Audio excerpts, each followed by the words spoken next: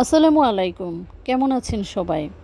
আমি কেমন আছি ঠিক বলতে পারছি না, কারণ আকাশটা আজ মেঘলা, পরিবেশটা কেমন যেন গুমট, তাই আমার মনটাও কেমন যেন উদাস উদাস লাগছে। ওরে বাবারে, কত সুন্দর কথা! কেউ ভালোবাসে না চকলেট খাবো? দাঁতে পোকা হবে না? চকলেট খাওয়ার জন্য কত সুন্দর বাহানা তার! বাহ! দাঁতে পোকা হবে বলেছি বলে কান্না করে শেষ, অথচ এদিকে তার দাঁতের অবস্থা ভয়াবহ খারাপ। সে কি আর বলবো। যাই হোক, এই ভাজা পুলিগুলি করেছে আমার মা, ভিতরে মাংসের পুর দিয়েছে, যেমন মজা বাইরে তেমন মুচমুচে। মোবাইল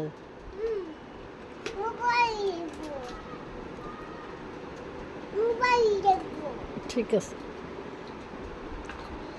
প্রতিদিনই কিছু না কিছু ভাজাভুজি খাওয়া হয়, আর বৃষ্টির দিন হলে তো কথাই নেই। আমি পুঁই শাক পাতা দিয়ে কিছু পাকোড়া বানাবো, তাই প্রথমে আলু কুচি করে নিয়েছি, পুঁই শাক পাতা কুচি করে নিয়েছি, সাথে কিছু পেঁয়াজ।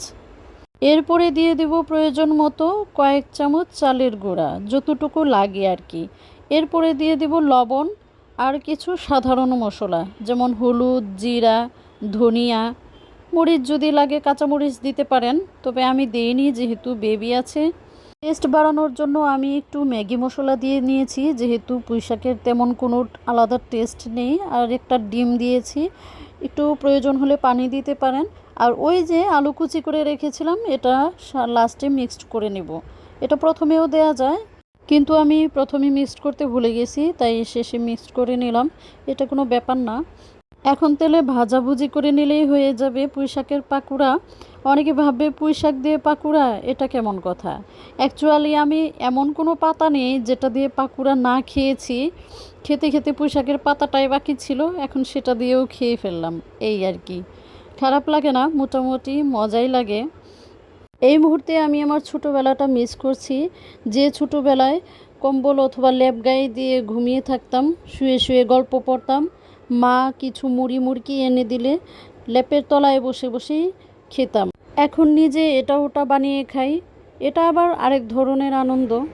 যাই হোক, ভাজাপুরি খাওয়ার পরে দুধ চা না খেলেই নয়। এই মুহূর্তে বাচ্চার বাবা যদি আমার আশেপাশে থাকতো, তাহলে টিভির একটা অ্যাড দিয়ে ফেলতো আর বলতো, এই তো মিশে যাচ্ছে আমার বউয়ের হাতের মজা।